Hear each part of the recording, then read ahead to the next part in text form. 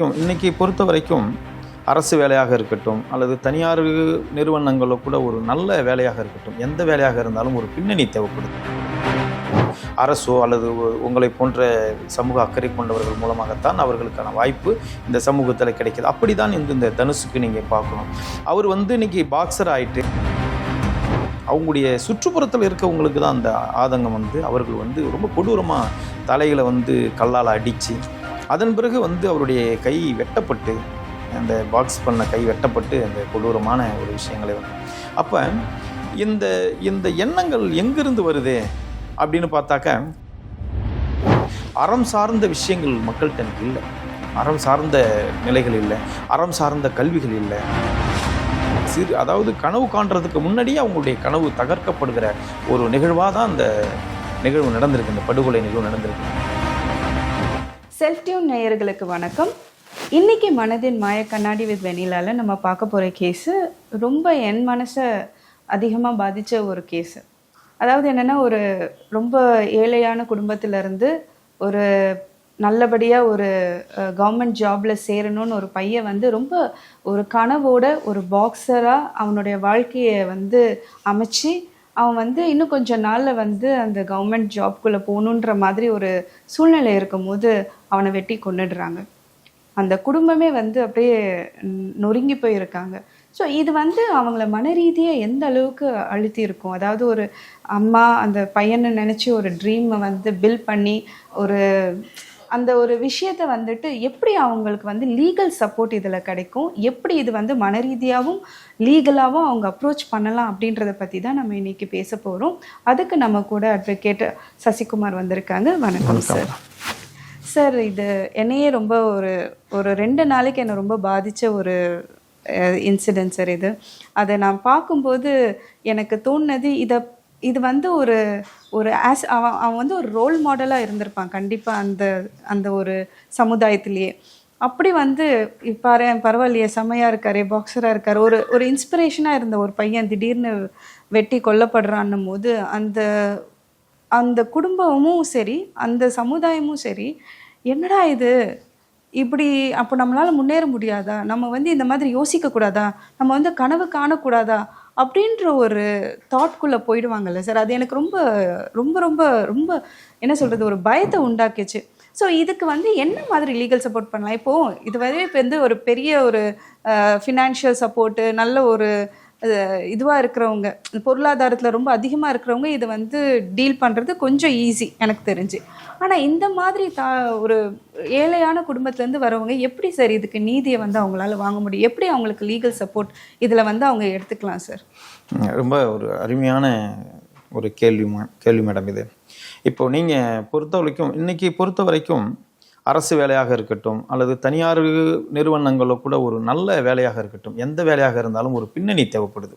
இப்போ ஒரு தனியார் நிறுவனங்களில் வேலைக்கு சேர்றவங்களுக்கு ஒரு அரசியல் செல்வாக்கோ அல்லது அவங்களுடைய பண செல்வாக்கோ பின்புலம் இருக்கணும், அல்லது அவங்க பணத்தை கொண்டு படிக்கக்கூடிய உயர்கல்வி, அது போல தான் அவங்கள இன்றைக்கி தீர்மானிக்குது.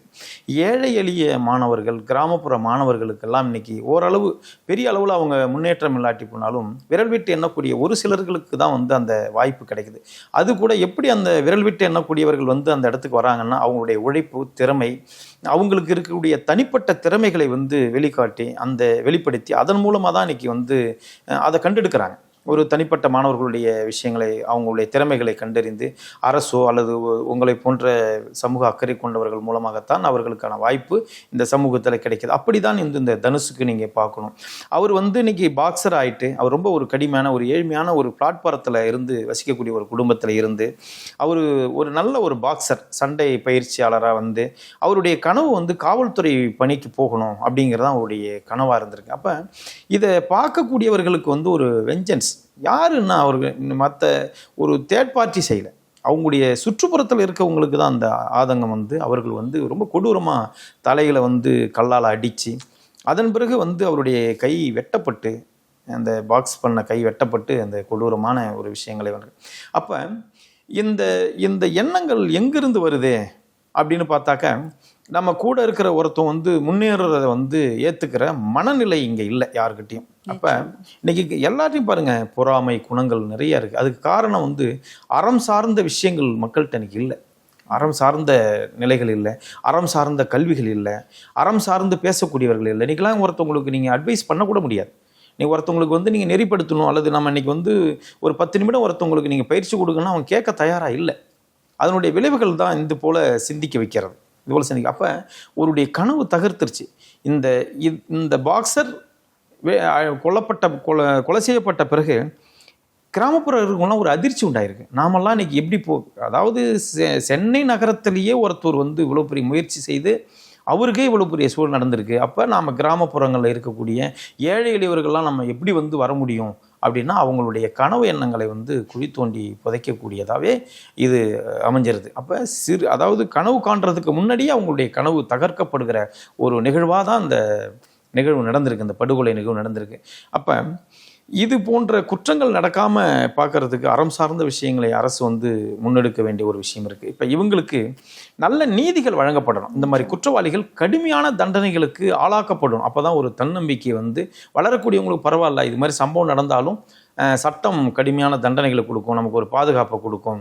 அப்போ நீதிமன்றம் இருக்குது, சட்டத்துறை இருக்குது, காவல்துறை இருக்குது அப்படிங்கிற ஒரு நம்பிக்கையை கொடுக்கணும். அந்த தாயார் கூட சொல்லும்போது நீங்கள் கவனிச்சிருப்பீங்க, இவங்களை வந்து என்கவுண்டர் பண்ணணும் அப்படின்னு சொல்லியிருப்பாங்க. அப்போ ஏன் அந்த வார்த்தையை அவங்க சொன்னாங்கன்னாக்கா அந்த வார்த்தையில் கூட ஒரு அர்த்தம் அடங்கியிருக்கு. அவங்க பையனுடைய கொலையை தாண்டி இப்படி என்கவுண்டர் பண்ணப்பட்டாதான் இவர்களை போன்ற இந்த ஏழை எளியவர்கள் ஒரு கனவு காண்றதை வந்து அவங்களுக்கு ஒரு பயம் இல்லாத விஷயத்தை உருவாக்க முடியுங்கிறது தான் அவங்க என்கவுண்டர் பண்ண சொன்னதுக்கான ஒரு ஆதங்கம். அவங்க வெறும் நீங்கள் அதை பார்க்கும்போது தெரியும், வெறும் என்கவுண்டர் சொல்கிறாங்க அந்த அளவுக்கு ஆயிடுச்சா அப்படின்னு மற்றவங்களுக்கு தெரியும். ஆனால் அவங்க அந்த தாயார் சொன்ன விஷயம் இது போன்ற ஏழை எளிய மாணவர்களுடைய கனவுக்கு ஒரு பாதுகாப்பாக இருக்குங்கிற அந்த எண்ணத்தில் இருந்து தான் அந்த வார்த்தை அவங்களுக்கு வெளிப்பட்டிருக்கு. அப்போ ஒரு சாதாரண ஏழை தாய்க்கு தன்னுடைய மகன் பாதிக்கப்பட்டிருந்தாலும் கூட தன் மகனை போல திறமைசாலிகள் வரணும்னு எண்ணக்கூடிய ஒரு சாதாரண தாய்க்கு இருக்கிற இந்த எண்ணம் அரசாங்கத்திற்கும் காவல்துறைக்கும் ஆட்சியாளர்களுக்கும் வர வேண்டும். சமூகத்தின் மீது அக்கறை கொண்டவர்களுக்கும் அந்த எண்ணம் வர வேண்டுங்கிறத அந்த தாயுடைய வார்த்தையிலிருந்து நாம் புரிஞ்சுக்கிறோம். அதை தான் நம்ம பார்க்க முடியும். அப்போ காவல்துறை இன்னும் நவீனப்படுத்தப்படணும். திறமையாளர்கள் கண்ட உடனே அந்த திறமையாளர்களை அரசு வந்து அடையாளம் கண்டு அவர்களுக்கு அவங்க தனித்திறமைக்கு வந்து முக்கியத்துவம் கொடுத்து அதற்கான பயிற்சி நிறுவனம், அதற்கான பாதுகாப்பு, அதற்கான வழிமுறைகளை வந்து அரசாங்கம் உடனடியாக செய்யணும். யாராருக்கெல்லாம் எந்தெந்த வகையில் திறமை இருக்குது, ஒரு திறமையாளர் வந்து தன்னைத்தானே திறமை நிரூபித்து தான் வர வேண்டிய இடத்துல தான் நம்ம இருக்கிறோம். இப்போ எனக்கு ஒரு திறமை இருக்குது அல்லது உங்களுக்கு ஒரு திறமை இருக்குது, இந்த திறமையை வெளிப்படுத்தினோடனே அரசாங்கம் நமக்கு வந்து அந்த பாதுகாப்பு இல்லை. நாம் வந்து ஒரு அளவுக்கு மீறி ஒரு எக்ஸ்ட்ரீமான இடத்துல போய் நம்ம திறமை நிரூபிக்கும் போது தான் நமக்கான ரிசல்ட் நமக்கு கிடைக்குது. அப்போ அதனால தான் இந்த மாதிரி விளைவுகள். அப்போ திறமையாளர்கள் ஆரம்ப நிலையிலே இருக்கக்கூடிய திறமையாளர்களை கண்டுபிடித்து அவங்களை பாதுகாப்பதற்கான அமைப்பு முறைகளை உருவாக்கணும். நாங்கள் எது எடுத்தாலும் நமக்கு காவல்துறை மட்டும்தான் போய் நிற்கிறோம். பல்வேறு துறைகளை பிரிக்கணும். இந்த மாதிரி திறமையாளர்களை கொண்டு வர்றதுக்கு ஒரு துறை பிரிக்கலாம். இன்னும் நீங்கள் வளரக்கூடிய காலங்களில் அரசு இன்னும் பல்வேறு துறைகளை வந்து பாதுகாப்பு துறைகளை விரிவுபடுத்தணும் அப்படிங்கிற விஷயத்தை இதன் மூலமாக நான் புரிஞ்சுக்க முடியுது. சரி, இப்போது நீங்கள் இந்த பாதுகாப்பு இதெல்லாம் நீங்கள் சொல்கிறீங்க இல்லையா, இப்போது இந்த பையன் வந்து முன்னாடியே இந்த இந்த மாதிரி ஒரு நிறைய குற்றம் செஞ்சிட்ருக்க ஒரு குரூப் இருக்குது, அவங்க வந்து என்னை வந்து கொன்னுடுவாங்களோன்னு தோணுதுமா, என்னை முறைக்கிறானுங்க, என்னை பண்ணுறானுங்க, என்னை வந்து ஒரு மாதிரி பார்க்குறாங்க, அவர் மேலே அந்த ஒரு பொறாமை இருந்ததுன்றது அவருக்கும் தெரியும், அந்த குடும்பத்துக்கும் தெரியும். இப்போது இதை வந்து அவங்களால முன்னாடியே போய் ஒரு கம்ப்ளைண்ட்டாக, அதாவது என்னுடைய உயிருக்கு வந்து ஆபத்து இருக்குது அப்படின்னு சொல்லிட்டு ஏன்னா இவங்க ரொம்ப ஏழ்மையான குடும்பம்னும் போது இவங்க இதை வந்து செய்கிறதுக்கான ஒரு ஒரு ஒரு ஒரு சின்ன தயக்கம் இருந்திருக்கலாம். நம்ம போய் போலீஸ் ஸ்டேஷனில் போய் சொன்னால் அவங்க நம்புவாங்களோ, அதை எடுத்துப்பாங்களோ, இப்படியெல்லாம். ஏன்னா அப்படிப்பட்ட சூழ்நிலை தான் அமைஞ்சிருக்கு இல்லையா இப்போ இருக்கிற சமுதாயம். அப்போது இது முன்னாடியே அவங்க போய் அப்ரோச் பண்ணி இந்த மாதிரி அவங்க என்னுடைய உயிருக்கு ஆபத்து இருக்குன்னு அவங்க கம்ப்ளைண்ட் ஃபைல் பண்ணியிருந்தா நடவடிக்கைகள் எடுத்து அவங்கள மிரட்டியோ இல்லை இந்த மாதிரி ஒரு நடவடிக்கை எடுத்தால் அவங்கள மிரட்டும் போது இன்னும் அதிகமாக அவனுங்க ஏதாவது கோவத்தில் பண்ணிடுவாங்களோன்ற பயம்லாம் மக்களுக்கு இருக்குது. அப்போது இதை வந்து எப்படி சார் நீங்கள் சொன்ன மாதிரி பெண்களுக்கு ஒரு சீக்ரெட்டான ஒரு இது இருக்கணும் அப்படின்னு நீங்கள் சொன்ன மாதிரி இவங்க வந்து ரிவீல் பண்ணாமல், அதாவது இவனுடைய உயிருக்கு ஆபத்து இருக்குன்னு சப்போஸ் இவங்க கம்ப்ளைண்ட் கொடுக்குறது இல்லை, இதை பார்த்து நிறைய மக்கள் ஏதாவது இந்த மாதிரி ஒரு சூழ்நிலை இருந்தாங்கன்னா அவங்க போய் கம்ப்ளைண்ட் கொடுத்து அந்த யார் கம்ப்ளைண்ட் கொடுத்தாங்கன்னு ரிவீல் பண்ணாமல் கம்ப்ளைண்ட் யார் மேலே வச்சாங்களோ அவங்க மேலே போலீஸ் நடவடிக்கை எடுக்க முடியுமா சார்? இல்லை, தாராளமாக நடவடிக்கை எடுக்கலாம். ஏன்னா நீங்கள் சொல்கிறது தான் என்னென்னா, புகார் ஒருத்தவங்க மேலே அவங்களுக்கு சந்தேகம் இருந்திருக்கு, அந்த தம்பி சொல்கிறான் எனக்கு வண்டி வாங்கி கொடுமா, நீங்கள் வண்டி வாங்கி கொடுத்தாக்க அவன் தப்பிச்சு போயிடும். அந்த எதிரிகள்ட்ட இருந்து அந்த வண்டியில் தான் அவன் தப்பிச்சிருந்தாரு. அப்போ இந்த நீண்ட காலமாக அவனுக்கு பாதுகாப்பு இல்லாத ஒரு சூழ்நிலை தான் இருந்திருக்கு. அவங்க என்ன பண்ணணும், போலீஸில் கம்ப்ளைண்ட் கொடுத்துருக்கணும். அப்போ போலீஸில் கம்ப்ளைண்ட் கொடுத்துருந்தா ப்ரிவென்ஷன் நடவடிக்கை எடுக்கிறதுக்கு வாய்ப்பு இருக்குது. ரெண்டாவது, இவங்க கம்ப்ளைண்ட் கொடுத்துருந்தாலும் கூட ஒரு பெரிய வழக்கு அதில் பதிவு செய்ய முடியாது. நீங்கள் சாதாரணமாக வந்து ஒரு அனுமானத்தில் கொடுக்குற கம்ப்ளைண்ட்டாக தான் போலீஸ் அதை பார்ப்பாங்க. போலீஸ் அதோடைய சீரியஸ்னஸ் எப்பயுமே உணர்றது கிடையாது. நம்முடைய போலீஸ் பொறுத்த வரைக்கும் அந்த சீரியஸ்னஸ் உணர்றது கிடையாது. அப்போ இவங்க புகார் கொடுத்துருந்தாலும் அவங்கள அழைச்சிட்டு வந்து வான் பண்ணி தான் விட்டுருப்பாங்க. அப்போ அவங்களுக்கு இன்னும் ஆத்திரம் அதிகமாயிரும். அப்போ இந்த ஆத்திரம் அந்த எதிரிகளுக்கு அதிகமானா நமக்கு ஆபத்துகள் மிக விரைவாக நடக்கும் அப்படிங்கிற ஒரு அச்சம் அவங்களுக்கு இருக்கிறதுனால தான் அந்த புகார் அவங்க கொடுக்கல. சரி, இது மட்டும்தான் முறை இருக்கா அப்படின்லாம் இல்லை. அப்போ காவல்துறையில் வந்து நம்ம 2 முறை அணுகலாம். சார், இந்த மாதிரி எனக்கு ஒரு ஆபத்து இருக்கு, நீங்க புகாரா இதை விசாரிக்க வேணாம், அவங்கள கொஞ்சம் பர்சனலா கூப்பிட்டு இந்த மாதிரி இருக்கு சார், கொஞ்சம் வான் பண்ணுங்க அப்படின்னு சொல்லலாம். அப்ப நிறைய காவல்துறையில நல்ல சிறந்த அதிகாரிகள் நிறைய பேர் இருக்காங்க. சில அதிகாரிகள்லாம் எப்படி நடவடிக்கை எடுக்கிறாங்கன்னா, பர்சனலா அவங்களை அழைச்சி வந்து அவங்களுக்கான கவுன்சிலிங் கொடுக்குறாங்க. அது போல அமைப்பு இருக்கு. சரி, நம்ம காவல்துறைக்கே போறதுக்கு அச்சமா இருக்கு அப்படின்னா கூட நீங்க என்ன செய்யலாம்னா, இன்னைக்கு நீதிமன்ற வளாகங்கள்லாம் பார்த்தீங்கன்னா இலவச சட்ட உதவி அமைப்பு முறைகள் இருக்கு. நீங்க அவங்கள்ட்ட கொடுத்து இது காவல்துறைக்கு போறது எனக்கு அச்சமா இருக்குங்க அப்படின்னாக்க அந்த இலவச சட்ட உதவி அமைப்புகள் வந்து நேரடியாக சம்மன் அனுப்புறாங்க. சம்மன் அனுப்பி அங்கே ஒரு அட்வொகேட்டு, நல்ல ஒரு மூத்த வழக்கறிஞர்கள், உங்களை போன்ற சமூக அக்கறை உள்ள சமூக ஆர்வலர்கள் எல்லாமே இணைஞ்சு தான் இன்றைக்கி நம்ம லீகல் எய்டு நடத்திக்கிட்டு இருக்காங்க. ஒவ்வொரு நீதிமன்றங்களும் வந்து காவல்துறையை தாண்டி, அரசாங்கத்தை தாண்டி நீதிமன்றங்களும் சட்ட அமைப்பு முறைகளை வச்சுருக்காங்க இலவசமாக. இப்போ இந்த சட்ட அமைப்பு முறைகள் எப்படி நடவடிக்கை மேற்கொள்கிறாங்கன்னா, இது போல் புகார் கொடுக்கும்போது அவங்களுக்கு சம்மன் அனுப்பி வர வச்சு, இவங்களையும் வரவழைச்சு உரிய முறையில் அவங்களுக்கான ஆலோசனையை தான் வழங்குறாங்க. ஏன்னா அவங்களுக்கு சட்ட உதவி மையங்கள் வந்து தண்டிக்கிறது கிடையாது.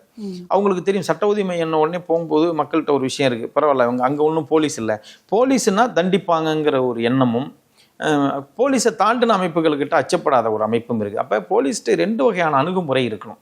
ஒரு அணுகுமுறை வந்து தண்டிக்கிற அணுகுமுறையும், இது போன்ற விஷயங்களுக்கு வந்து ஒரு நண்பன், இன்னைக்கு கூட சொல்லுவோம் ஃப்ரெண்ட்ஸ் ஆஃப் போலீஸ் சொல்லுவோம், காவல்துறை உங்க நண்பன்கிறாங்க. அப்போ நண்பன் அப்படிங்கிற விஷயத்தை வந்து உறுதிப்படுத்துறதுக்கான அமைப்பு முறை காவல்துறை கிட்ட கிடையாது.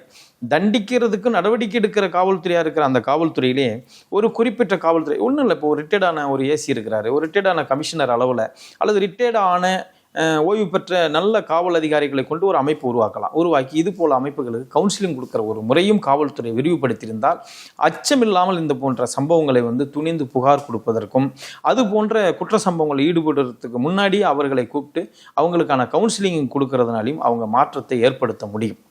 ஸோ இதனால் வந்து மக்களுக்கு நாங்கள் என்ன சொல்கிறோம் அப்படின்னா, இந்த மாதிரி அதிகமாக கனவு காண்ற நீங்கள் பயப்படாதீங்க. உங்களுடைய கனவை நீங்கள் கண்டிப்பாக அடைய முடியும். ஏதாவது உங்களுக்கு இந்த மாதிரி ஒரு சமுதாயத்தினாலேயோ உங்கள் ஃப்ரெண்ட்ஸ்னாலேயோ ஏதாவது பொறாமையினால் உங்களுக்கு ஏதாவது ஆபத்து இருக்குது அப்படின்னா நீங்கள் நிச்சயமாக வந்து போலீஸை அணுகணும். அண்ட் அவர் சொன்ன மாதிரி என்ன மாதிரியான அதாவது எந்த வேஸில், அதாவது எந்த மாதிரி முறையில் நீங்கள் போய் வந்து கம்ப்ளைண்ட் கொடுக்கணுன்றதை அவர் அழகாக சொன்னார். உங்கள் கனவை மட்டும் விட்டுறாதீங்க, நீங்கள் எல்லாரும் கனவு காணுங்க அப்படின்னு சொல்லி அப்துல் கலாம் சார் சொல்லியிருக்காரு. ஸோ நிச்சயமாக கனவை தகர்த்துறாதீங்க. இதனால் பயந்து நீங்கள் வந்து திருப்பி உங்களுடைய பழைய வாழ்க்கைக்குள்ளேயும் போயிடாதீங்க. ஸோ இதுதான் என்னுடைய ரிக்வெஸ்ட்டாக எடுத்துக்கிறேன். இந்த ஒரு விஷயத்த அழகாகவும் ரொம்ப நிறைய சொல்யூஷன்ஸோடு சொன்ன சசிகுமார் சாருக்கும் நன்றி.